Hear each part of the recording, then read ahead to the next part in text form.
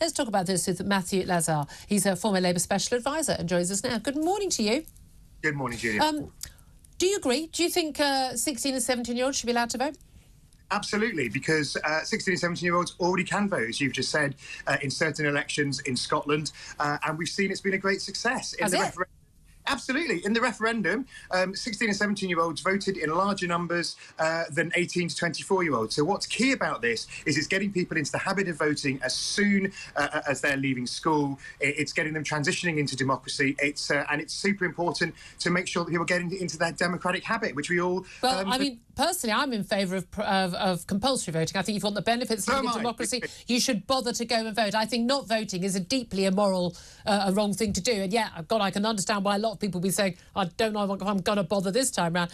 You say it's been very successful. The reason why the SNP brought it in was they thought, here's a load of 16 and 17-year-olds, they're more likely to vote for us. They're also under a lot of influence from teachers, and we can see an awful lot of, the left-wing influence teachers. Basically, left-wing parties want young people to vote because they think that as people get older, they're more likely to vote Tory, and therefore the more younger people they can get to vote, the better. There is a big issue, though. I mean, not just about the influence that kids are under in school by teachers, but also the simple fact that they're kids. If we don't think that a 16-year-old can choose whether or not to buy an alcoholic drink, can choose whether or not to smoke, can choose whether or not to get married, we wouldn't allow them to fight on the front line in the army. Why on earth do we think they're able to vote?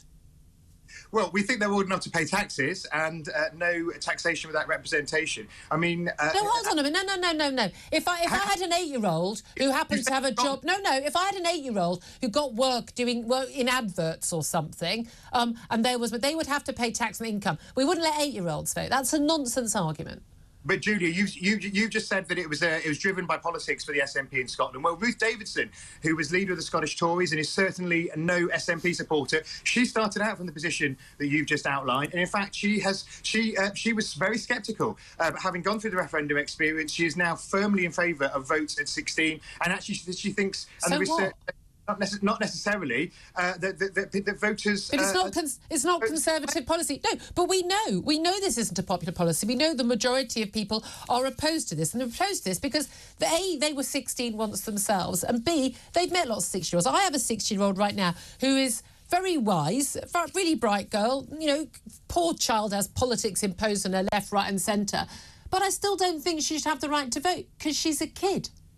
Well, look, you say it's not very popular. The latest poll says that 60% of people say they wish that they had been given the vote. That's not the same thing.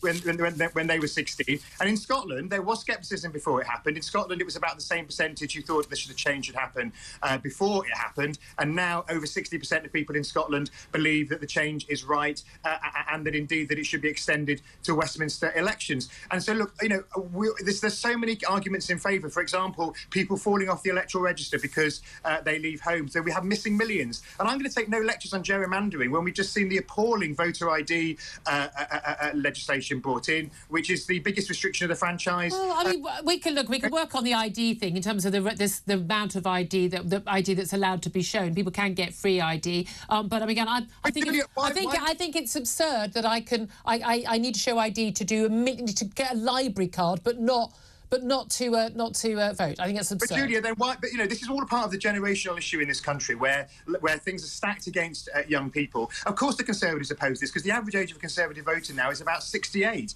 and we've seen a real generational crisis in this country. So on the voter ID, young people weren't allowed to produce their bus pass. I understand that. That's an ID thing that needs to be dealt with. But I just don't think kids should vote. I'm just old-fashioned.